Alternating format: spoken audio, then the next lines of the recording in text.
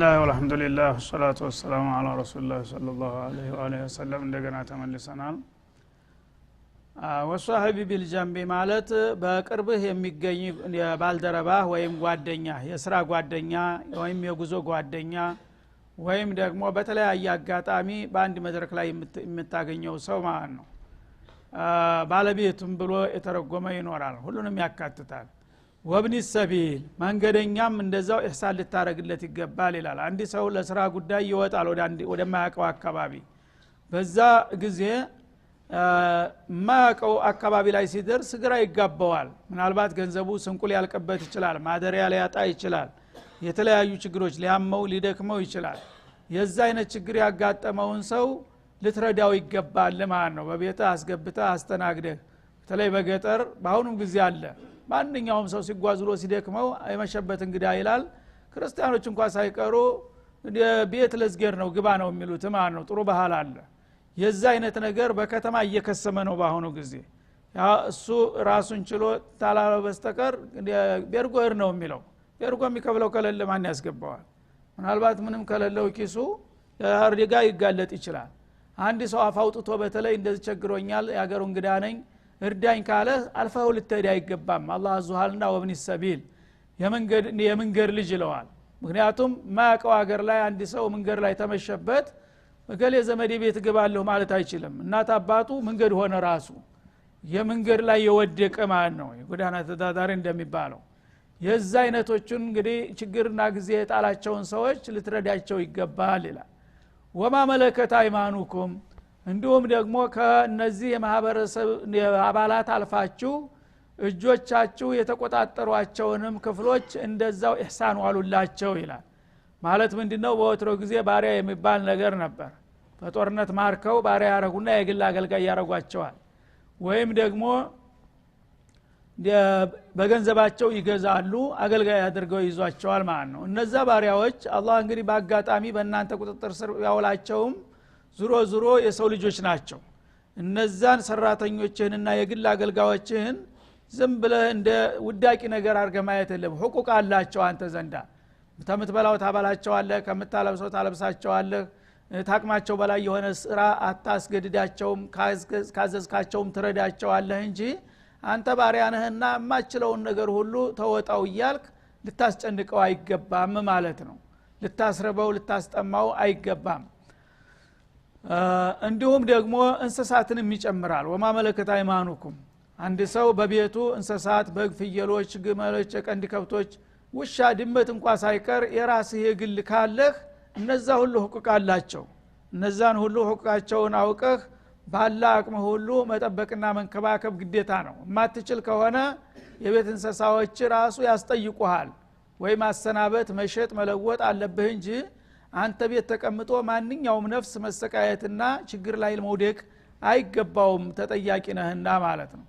ስለዚህ በድመት ምክንያት ጀሃነም የገባች ሰው ነብዩ በሐዲስ ሶሒህ ተናግረዋል። አንዷን ድመት እምላታ መንገድ ያመጣችና የራሷ የግል ንብረት አድርጋ ያዘቻት። ግን ከያዘቻት በኋላ መንከባከብ ሲገባት አስራት እንደፈለገ የተንቀሳቅሳ የተለያዩ ነገሮችን ቃርማ እንዳትበላ አሰረቻት። እሷ እንኳን አሰጣትም በራብ ተቃጥላ ሞተች። በዛ ምክንያት ለጀሃነም ተዳረገች ይችላሉ ረሱል አለይሂ ሰላቱ ሰላም።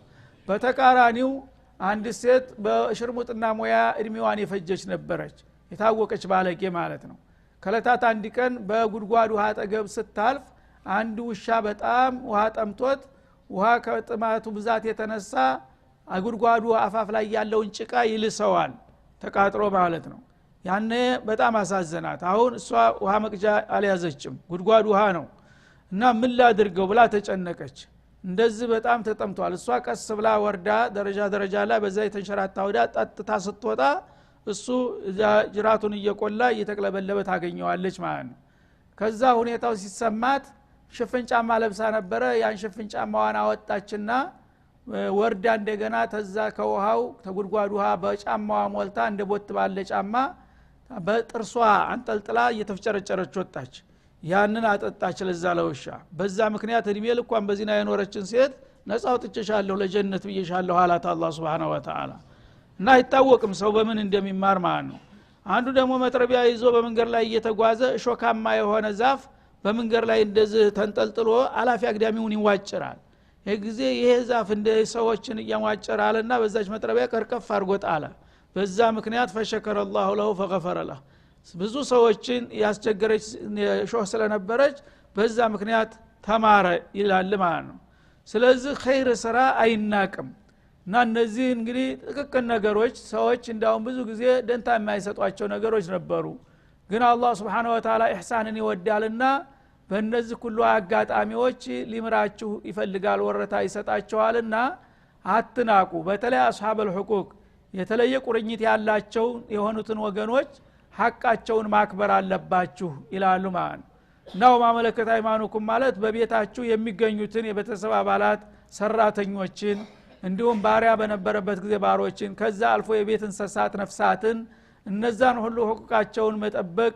መወጣት አለባችሁ ይላል ان الله لا يحب من كان مختالا فخورا እነዛውን የጠቀስኩላችሁን የሐቅ ባለቤቶች እያንዳንዳቸው ሐቃቸውን አክብራችሁ ከያዛችሁ እሰየው ካልሆነ ግን እነዚህን ነገሮች በንቄት ዝምብላችሁ ሸልምትሉ ከሆነ ምን ትሆናላችሁ ሙክታል ናችሁ ትቢተኞች ኩራተኞች ናችሁ ፈኹራ እንደ ጉረኞች ናቸው ይላል አንዳንድ ሰው ይኮፈሳል ዝም ብሎ በሌሎች ላይ ያሉትን ሁቁቆች ረሳና ማንንም እየበደለ እያስለቀሰ እንደገና ራሱን ትልቅ አድርጎ የሚያወድስና የሚደነፋለ እኔ ማን የሚያከላለ ይያለ እንደዛ ከሆናችሁ ዋጋ የለውም እና ጥሩ ከሆናችሁ አስሐበል ሁቁቅ ሐቅ መብት ያላቸው ነገሮች ሁሉ ደረጃ በደረጃ ጠብቃችሁ እኔ ባዘዝኳችሁ መሰረት ከተወጣችሁ እርግጥም ትልቅ ናችሁ አለት ተቋናችሁና ማለት ነው ካልሆነ ግን ጌታ እንደዚህ ያዘዛቸውን ነገሮች ቸል ይያላችሁ ራሳችሁን ከፍ ከፍ ያራግችሁ ብታወድሱና ብትደነፉ ያ ዋጋ የለውም ነገ አይወድቁ ውድቀት ተወድቃላችሁና ተጠንቀቁ ሲል ያስጠነቅቃል ማለት ነው እና አላህን ዋጅባት የማይወጣ ሰው ሙክታል ነው ኩራተኛ ትቢተኛ አለ ፈኹር ማለት ደግሞ ጉረኛ ነው እና አንተ ግዴታህን ሳትወጣ የጌታን ትእዛዝ ሳታከብር ራስክን ከፍ አድርገህ ብታይና ብትቆፈስ ወይም ደግሞ እኔ ነኝ ታላቁ እያልክ ብትደነፋ ከንቱ ድንፋታ ነው ነገ አይወድቁ ውድቀት ተወድቃለህ ተጠንቀቅ ሲል ያስጠነቅቃል ማለት ነው الذين يبخلون አሁን እነዚህ የተጠቀሱትን አስሐበል ሁቁቆች ሐቃቸውን የማያከብሩ ሰዎች ለምንድነው የማያከብሩት ከተባለ ንፉጎች ስለሆኑ ነው ሰው በተፈጥሮ ብዙ ጊዜ ያው ገንዘቡን ይወዳል ግን አንዳንዱ በጣም የባሰበት አለ ቀብቃባ የታሰረ የመሰለ ማለት ነው የማይነጥቀው እና ይነፍጋሉ ስስት ያጠቃቸው ናቸው ወየእሙሩነ الناس بالبخل ራሳቸው መንፈጉ ሳይበቃቸው ደግሞ ሌላውን ሰው አልፈው በስስት ያስተባብራሉ ስስታም እንድትሆን ይመክራል ማለት ነው ገንዘብ እኮ እንደዚህ ብሎ መያዝ ጥሩ አይደለም ይላል ጓደኛው ዘመዱን ቤተሰቦችን እናንተ ዝም ብላችሁ ገንዘብ ታባክናላችሁ ይላል ሌላው ስለሰጠ ያንገበግበዋል የራሱ ረስቶ ማለት ነው አላህ ለሱ ውስጥ ነው የሰጠው እስቲ ይሄን ነገር ሰጥቻለሁ ለራስም ተጠቀም ለወገኖችም እርዳ ብሎ ነው ያዋሰው ያንን ነገር እንግዲህ መወጣት ሲገባው አንዳንዱ የፈረደበት እርጉም ራሱ ይነፍግና እንደገና ሌሎቹ ሲሰጡ ደግሞ ያንገበግበዋል ማለት ነው ለምን የሱ ገበና እንዳይጋለጥ ነገሌ ይሄን ሲያደርጉ እሱስ ትልቁ ሀብታም ምን አደረገ ተብሎ ትዝብት ላይ እንዳይወድቅ ገንዘብ ዝም ብላችሁ በሆነ ባልሆነ እኮ መደፋፋት አያስፈልግም ኢኮኖሚ ጠንቀቅ ብሎ መያዝ ያስፈልጋል እያለ ወዕዝ ያደርጋል ማለት ነው ለምን ሌሎችም ንፍቅ ከሆኑ እሱ ብቻው አይጋለጥምና ማለት ነው ነገልስ ማይሰጡ እንዲባል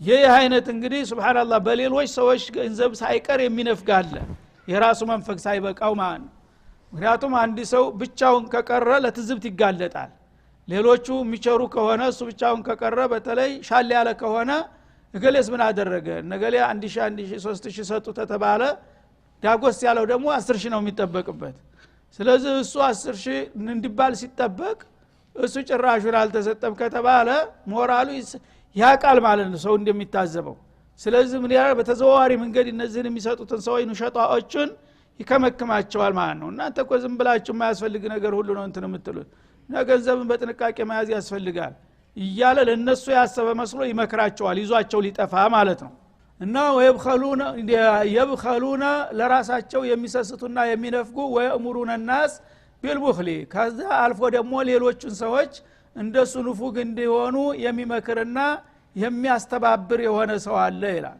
ወየክቱሙነ ማአታሁሙላህ ሚን ፈضله አላህ ከትሩፋቱ የቸራቸውን ጸጋ የሚደብቁ እያለው እንደሌለ የሚሆን ማለት ነው እና እሱ ሀብታም ነው ግን ሰዎች ሀብታም መሆኑን እንዲያውቁበትም አይፈልግም ለማኝ እንዳይበዛ ማለት ነው ስለዚህ ዝም ብሎ አዲ ሰው መስሎ በራሱ ኑሮ ደረጃ እንኳን ሻል ያለ ልብስ የማይለብስ ሀብታም አለ ለምን ለየት ያለ ሻል ያለ ልብስ ከለበሰ የሰው ሀብታም ነው ብሎ ችግረኞች ደጅ እንዳይጠኑት ማለት ነው የሱ ቢጤ ጎስቋላ ሆኖ ካየ ግን ሰላም አለይኩም ሚል የለም ስለዚህ እንደዚህ አይነት መልቲዎች አሉ እኔ የሰጠኋቸውን ጸጋ አምቀው ደብቀው ይዘው ለተቸገሩ ወገኖቻቸው የማያመልጣቸው ከዛም አልፈው ደግሞ አንዳንድ ደጎችና የዋሆች ካሉ እነሱን ሰጣለን ካሉ እነሱን እንዳይሰጡ ደግሞ የሚያደናቅፉም አሉ መልቲዎች ይላል ማለት ነው እነዚህ ሰዎች እንግዲህ አጥፈው ለራሳቸው ጠፍተው ሌሎችንም ለጥፋት የሚዳርጉና የሚያስተባብሩ ናቸው ወየክቱሙን ማአታሁሙላህ ሚን ፈضله አላህ ከጸጋው የለገሳቸውን ነገር ሰጥቷቸው እንዳልሰጠ የሚደብቁ ናቸው እንግዲህ ባናኗር ደረጃቸው ጎስቋላ ደካማ ሆነው ከታዩ አላህ ለኔም አልሰጠኝ እኔም ካንተ የተለየው ደሃ አይደለሁም እንደማለት ነው ያኔ አላህን ካደው ማለት ነው ያለውን ውለታ ስለዚህ ነብዩ አለይሂ ሰላቱ ወሰለም ኢነላህ ኢዛ አንዓመ ዐላ አብዲን አሐበ አን ዩራ ዐለይሂ አተሩሁ አሉ ጌታ በአንድ ባሪያው ላይ የተወሰነ ጸጋ ካዋሰው ያ ባለጸጋው ሰውዬ ባኗኗር ደረጃው ራሱ ሻል ብሎ ለራሱም ለቤተሰቡም በኑሮ ደረጃው ላቅ ብሎ እንዲታይ ይፈልጋል ያንን ካደረገ አንደኛ ጌታ ሰጥቶኛል እኔ ጥሩ ኗሪ ነኝ ማለትን በሊሳን الحالو ባይናገር እንኳን በሐሉ ያሳያል ማለት ነው ሁለተኛ ደግሞ የተሻለ ሰው መሆኑን ሲያቂ አካባቢ ሰዎች መርጃ ያረጉታል እሱን ያው ሐቃቸውን ይጠይቁታል የዛ ጊዜ ደግሞ መስጠት ዝግጁ ይሆናል ማለት ነው ግን ራሱ የተቆራመደ እንዳንተ የጎሰቆለ ከሆነሳ ለማኙም ይሄም ለማኝ ነው እንደኔው ነው እያለ ነው አልፎ የሚሄደው የዛ ጊዜ የጌታ ኒዕማ እንደካደ ነው ለኔስ ምን አደረገልኝ እንደማለት ነው ኩፍራን ኒዕማ ሆነ ማለት ነው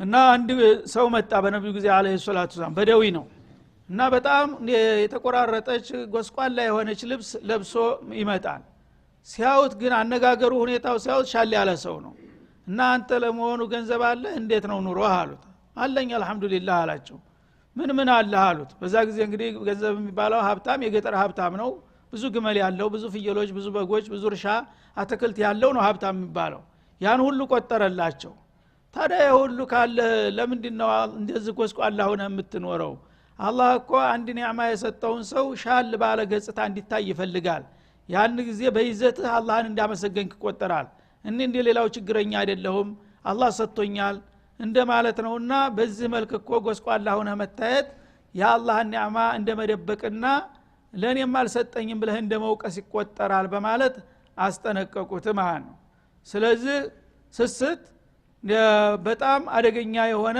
ስውር ኩፍ ሽርክ ነው ማለት ነው አላህ ሰጥቶት እንዳልሰጠው ሆኖ መታየት ጌታን መውቀስ ነው እንደገና ደግሞ ለወገን ምንም አይነት ራይ እንዳያደርግ መደበቅ ነው ራሱን መደበቅ ስለሆነ ወይብخلون ራሳቸው የሚነፍጉና ወይእምሩን الناس بالبخل ሰዎችን በንፍገት የሚያዙ ይላል በቃላቸው እንኳን ባይናገሩ እነሱ የኑሮ ደረጃቸው እንደዚህ የተሸማቀቀ ከሆነ አርአያ ያረጉታል ሰዎች ማለት ነው ትልቁ ሀብታም እንደዛ ጎስቋላ ሆኖ ምንም ነገር ኸይር የማይሳተፍ ሆኖ ካዩት ሌሎች የሱ ጓደኞችና ዘመዶች እገሌ እንኳን ምንም አላደረገ እያሉ ሰነፎችና ደካሞች ሁሉ እሱን አርአያ አድርገው በቃል እንኳን ባይከለክላቸው መመሪያ ቁድዋ ይሆናቸዋል ማለት ነው ስለዚህ ሰዎችን በንፍገት የሚያዙና የሚያስተባብሩ በሊሳን الحال የሚሆን በሊሳን المقال ንፉግ ሰው መጥፎ ባህሪ ነው የሚያስተምረው ለሰዎች ማለት ነው ወአተድና للكافرين عذابا مهينا እና እንደ አይነት ሰዎች ያላቸው የሌላቸው የሚመስሉ ጨባጦች እንደ ካፊሮች ናቸው ይላል አላህ ካፊሮች ናቸው ማለት ምንድነው የአላህን ኒዕማ የካዱ አላህን እንኳን ባይክዱ በቀጥታ አላህ ሰጥቷቸው አልሰጠንም የሚለው ኩፍር ሲባል ሁለት አይነት ማዕና አለው አንደኛ ጌታን ቀጥታ የሚክድ ያለ ሁለተኛ ጌታን ቢያምንም ጌታ የሰጠውን ጸጋ ማያን ወረታውን የማይከፍል ከሆነ የማያመሰግን ከሆነ ኩፍራን ኒዕማ ይባላል የአላህን ጸጋ የደበቁ ናቸው ማለት ነው እንዲህ አይነቶቹ የአላህን ጸጋ የደበቁ ደግሞ አላህ Subhanahu Wa Ta'ala ከነዛኞቹ ካፊሮች ጋር ተመሳሳይ ባህሪ ስላላቸው ምንድነው ዋጋቸው አተድና ለሁም عذاب ሙሂና አዋራጅ የሆነ ቅጣትን ደግሰንላቸዋል ይላል ማለት ነው ኩፍር አላህ Subhanahu Wa Ta'ala ያው የታወቀ የመጨረሻ ወንጀል ነው በጌታ መካድ ያዘዘህን ነገር መካድ ወይ የከለከለህን ነገር መካድ ያ የለየለት ኩፍር ነው አሁን ግን ሊልካፊሪን የሚለው ላይ ሊልካፊሪን ኒዕመተ አላህ ለታውሎላቸው ጸጋ ሽሯቸው የአላህን ጸጋ እንደሌላቸው አድርገው የሚደባብቁ የሆኑ ልግመኞች እነዚህ ካዲዎች ናቸውና በኔ ዘንድ ውለታዬን ስለካዱኝ عذاب ሙሂና አዋራጅ የሆነ ቅጣት አዘጋጅቼላቸዋለሁ ሲል ይዝታል ማለት ነው በአንጻሩ والذين ينفقون اموالهم እንደገና ደግሞ ሌሎች ገንዘባቸውን የሚቸሩና የሚለግሱ አሉ ይላል እንግዲህ ሰዎች በተለያየ መልኩ ስተትን ካላረሙ ሁሉ ጊዜ ካንዱ ስተት ወደ ሌላው ስተት እንከባለሉ ይችላሉ አሁንም በተመሳሳይ መልኩ ንፉጎች አይደሉም ይሰጣሉ ግን ሰጠው ሲያበቃ ደግሞ ስጦታቸውን የሚያበላሽ ነገር የሚሰሩም አሉ እነዛንም እንደገና ሊታጃቸው ነው والذين ينفقون እነዛ ደግሞ ገንዘባቸውን የሚለግሱ የሆኑት አምዋለሁም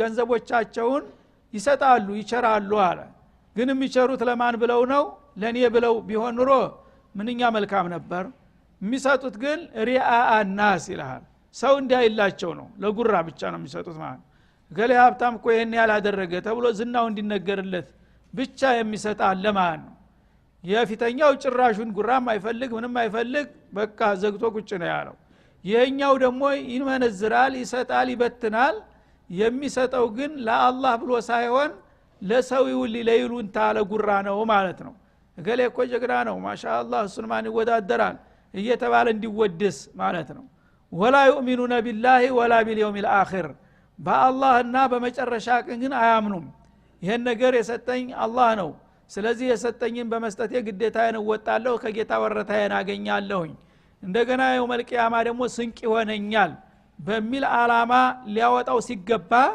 አላህም አያምንም በአግባቡ በቂያማ ቀንም አያምንም እንግዳውሳ ለጉራና ለዝና መግዣ ሲባል ገንዘቡ ግን ይወጣል ይላል ወመን የኩን الشيطان እና እንዲህ አይነቱ ሰው ደግሞ ለቀድቅ ተረነው ሰይጣን ተቆራኝቶታል ማለት ነው ማውጣቱ መልካም ነበር ግን ያለ አግባብ ያለ መንገዱ በማውጣቱ ሰይጣን መንገድ ያሳሳተው ሰይጣን ጠለፈው ማለት ነው እና ሰይጣን የተቆራኘው ሰው ደግሞ ወመን የኩን الشيطان له قرينا ሰይጣን ለሱ ቁራኛ የሆነለት ሰው ፈሳ ቀሪና ቁራኛነቱ ምንኛ ከፋ ይላል እንግዲህ አሁን ለአላህና ለየውመል አኺር ብሎ ማውጣት ሲገባው ለስምና ለዝና ለጉራ መግዣ ብሎ ማውጣቱን አውጣው ግን ለዚህ ብለ ማውጣት አለብህ የሚል የሰይጣን ተንኮል ተጠናውቶታል ማለት ነው ያኔ ሰውየም ያላግባብ ነውና ያወጣው ከፊተኛው የተሻለ አይሆንም ማለት ነው ምናልባት ሊብስ ይችላል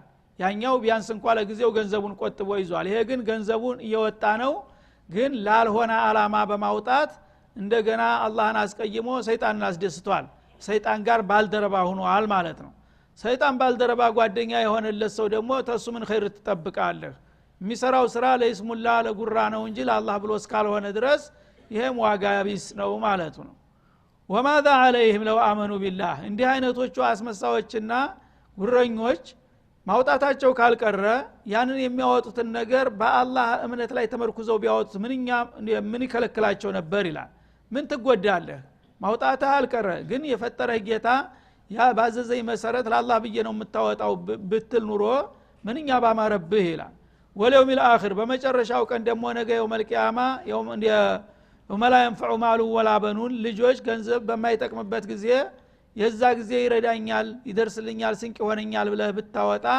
ምን ከለከለህ በአግባቡ ለማውጣት ይላል ወአንፈቁ مما رزقهم الله አላህ ከሰጣቸው ሲሳይ አላህ ባዘዘው መንገድ ቢቸሩና ቢለግሱ ኑሮ ምን ይጎዳቸው ነበር وكان الله بهم عليما አላህ በእነዚህ ሰዎች ውስጣዊ ስሜት አዋቂ ነው እነዚህ ሰዎች ለሰው ሲታዩ ደግ ሰው ቸሮች ለወገን አዛኝ ሩሩ ተደርገው እየተወደሱ ነው ያሉት እኔ ግን ለምን እንደሚያወጡ ምስጥሩን አቃለሁና እነዚህም ቢሆኑ በእኔ ዘንዳ የተለየ ቦታ የላቸውም ልክ እንደ ፊተኞቹ እንደ ንፉጎቹ ናቸው በማለት ያስጠነቅቃል ማለት ነው። ስለዚህ አንደኛ ጌታ የሰጠህን ጸጋ መንፈግ የለብህም፣ በተቻለ ያህል ለሌሎች ወገኖች ማካፈል አለብህ ማባከን ደረጃ ሳይደረስ ማለት ነው። ሁለተኛ የምትሰጠውን ነገር ለአላህ ብለህ መስጠት አለብህ፣ ለቂያማ ቀን ስንቅ እንዲሆንህ አቅደህ ማድረግ አለብህ። በዚህ መልክ ካደረክ ትክክለኛ ጉዞ ላይ ነህ ማለት ነው። አለበለዚያ መጀመሪያውኑ ጭራሹን አላወጣም። አንጥዒሙ መለሻ አላህ እንዳሉት ሙሽሪኩል አረብ ለሚስኪን ምጽዋት ከፈሉ ይሏቸዋል። እንደ ምስኪንን እኮ ምስኪን ያደረገው አላህ ነው፣ እኛም ባለጸጋ ያደረገን አላህ ነው። ስለዚህ አላህ ዲላችንን አከፋፍሏል። ደሃም እንደፈረደበት ደሃ ነው፣ አፈር ይብላ። እኛም ደግሞ የሰጠንን ሰጥቶናል፣ እኛ መጠቀም መደሰት አለብን። አንጥዒሙ መለሻ አላህ አጣመሁ አላህ እኮ ቢፈልግ ኑሮ ለኔ እንደመገበኝ ለሱም ይሰጠው ነበር። አላህ እንዲራብ የፈረደበትን ሰውዬ እኔ የምሰጠው አላህን መቃወም አይደለም እንዴ ብሎ ይከራከራል። ሱብሃንአላህ ለየዋሰው እውነት ይመስላል። አላህ የሰውዬ ደሃ መሆን አለበት መራብ አለበት ብሎ ነው የተወው። እኔ ከሰጠሁት ግን የአላህ ተጻራሪ ሆንኩ ማለት ነው ብለው ይከራከሩ ነበር። እና መራብ ያለበት ሰው መራብ አለበት፣ ጌታው ራሱ ፈርዶበታል፣ እኔ ለምን ሰጠዋለሁ ይሉ ነበር ማለት ነው። ላ ፊትና ነው፣ ላንተም ፊትና ነው። ገንዘብ የሰጠ ለሱንም የነፈገው ፊትና ነው። ሁለታችሁን ሊፈትናችሁ። አንተ ሰጥቶ ገኒየን ሻኪር ትሆናለህ ወይስ ቀብቃባ መናጢ ጨካይ ትሆናለህ? ይሄ ፈተና ነው። ተተወጣው ተወጣው። ያ ደግሞ ሲያሳጣው ሶብር አድርጎ ጌታ ያለው ኸይር ነው አልহামዱሊላህ፣ ምናልባት ገንዘብ ባገኝ ልሳሳት እችላለሁ፣ ጠግቤ አልሆነ አደጋ ላይ ልወድቅ እችላለሁ ብሎ ነው ብሎ ሶብር ካደረገ እሱም ተወጣ ማለት ነው። ግን ሁለቱም ፈተና ናቸው። ማግኘትም ፈተና ነው፣ ማጣትም ፈተና ነው በዱንያ ዙሪያ። ይሄንን ረስተው ግን ያገኙት ራሳቸውን ቅዱስ ልዩ ፍጡር አድርገው አላህ ቢወደኝ ነው ብሎ ይኮፈሳል ማለት ነው። ያጣው ደግሞ ላላጣው እኔ እንደምንድነው እንደምታቆራምደኝ ይላል። ካደል ኩፍሩ ፈቅሩ አንየኩነ ኩፍራ እንደሚባለው በጌታ ላይ ተበሳይቶ ተናዶ የራስ ጉዳይ እኔ ስላንተ ምን ማቀው ነገር ምን አረክልኝ ብሎ ኩፍር ውስጥ ይዘፈቃል። ሁለቱም በፈተና እየወደቁ ነው ማለት ነው። ስለዚህ ሰዎች ሰላልገባቸው ደሃ በደሃነቱ ጌታ የሰጠውን ጣፈንታውን ይግፋ፣ እኔም ደግሞ የሰጠኝን ቆጥቤ መጠቀም አለብኝ የሚለው የነዚህ የሰይጣንና የኩፋሮች ባህሪ ነው። አላህ ግን ዱንያን ሲሰጣችሁም ሲነፍጋችሁም ሊፈትናችሁ እንጂ የሰጠውን በልዩ ሁኔታ ወዶት የጠላውን ጠልቶት የነፈገውን ጠልቶት እንዳልሆነ ይታወቅ ይላል ማለት ነው። ወአንፈቁ مما رزقهم الله አላህ ከሰጣቸው ሲሳይ ቢለግሱና ቢቸሩ ምንኛ መልካም ነበር። ምን ከለከላቸው ይሄን ለማድረግ? ወካነ الله بهم عليما አላህ በእነሱ ሁኔታ ጥልቅ አዋቂ ነውና ለምን እንደነፈጉ አቃለሁኝ፣ ወደፊት ዋጋቸውን ያገኛሉ ሲል ዛተማን ነው። ان الله لا يظلم مثقال ذره الى لا ያይዞ አላህ ደግሞ Subhanahu Wa Ta'ala የማንኛውንም ሰራተኛ የሥራ ዋጋ የብናኝ ክብደት ያህል አያጎድልበትም ይላል። እንኳን እንደው ሻል ያለና ሂሳብ ያለው ነገር ቀርቶ አንድ ብናኝ የምታክል ነገር እንኳን ኸይር ታበረከት በዛች በኸይር ስራ አንፃር የሚገባህን ወረታ አላህ ይዝልሃል ሂሳብህን ማለት ነው። መጥፎም ደግሞ ከሰራ ብናኝ እንኳን ያህል ብታንስም ታልማረህ በስተቀር ሂሳቧን አያጠፋትም፣ በዛችሁ አስቀምጦ ይጠይቀሃል ማለት ነው። ወይን ተኩ ሐሰነተን የሰራህ ስራ መልካም ነገር ከሆነቻች ብናኝ የምታክለው ማነሷ አይጎዳም፣ በእኽላስ ለሱ ብለህ እስከሰራህ ድረስ ይضاعفሃ ያችን ብናኝ የምታክለውን ነገር ይደራርባታል፣ ያሳድጋታል። ኢነላህ ለይረቢ ሶደቀታ አሐዲኩም ከማ ይረቢ አሐዱኩም ኸለወሁ እንዳሉት ማነው ረሱል ሐዲስ አለይሂ ሰላቱ ወሰለም። እና ሶደቃ አንዲት ሪያል ብትሰጥ ትልቅ ነገር ነው ለሌለው ሰው። እና ያችን አንዲት ሪያል ሰጥ አንተ ወዲያው ተረሳታለህ፣ ምንም እንደዋል ካታስተውሳትም። ግን ያች ነገር ለአላህ ብለህ እስከወረወርካት ድረስ ትንሽ መሆኗ አይደለም አላህ ዘንዳ በየቀኑ አላህ በንኩ ውስጥ ታድጋለች ማለት ነው፣ ታብጣለች፣ ይጨምርባታል።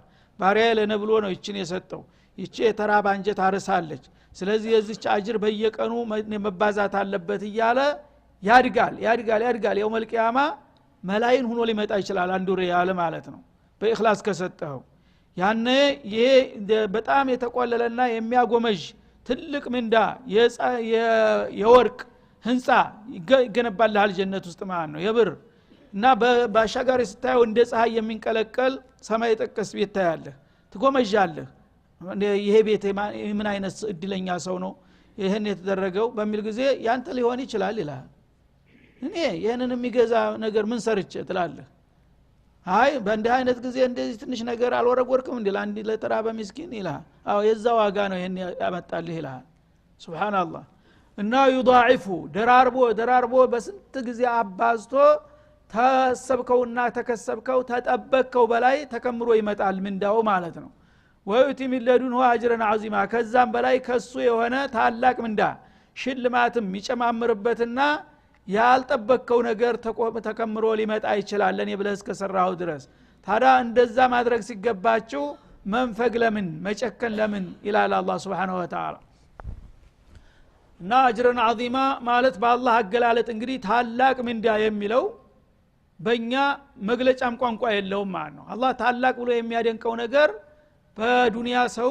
ይሄን ያህል ነው ብሎ ሊተምነው የማይቻል ነገር ነው አላህ ትንሽ ናት ያላት ነገር እንኳን ትልቅ ነው ዱንያን ለምሳሌ ያ የቺ ትንሿ ለትንሽ ገንዘብ ብላችሁ ለትንሽ ጥቅም ብላችሁ እንዳትሳሳቱ ይላል ዱንያን በሙሉ እንኳን አንድ ባንዲ ዓለም ላይ ያለ ንብረት ብትወስድ አንተ ብቻህን ትንሽ ገንዘብ ነው ይላል ግን አላህ ለወዳጆቹ ያዘጋጀውን አጅረን አዚማ ይላል የዚህ አይነት እንግዲህ ሁኔታ ነውና በዚህ መልክ ነው ሙአመላ ማደርጋችሁ ስሩ ከሰራችሁ በእኔ በኩል ኸይር ስራው በተለይ በብዙ ጥፍ ተባዝቶ ይመጣላችኋል መጥፎ ከሆነ ደግሞ ከፈለገ ይቅር ይላችኋል ኢማን ካለ ማለት ነው ካልፈለገም በዛው መጠን ይመነዳችኋል መጥፎ ላይ አይደራረብም እና ይሄንን አውቃችሁ የሚበጃችሁን መገብየት አለባችሁ ይላል ወሰለላሁ ዐለ ነብዩ ወኢላ ሊቃ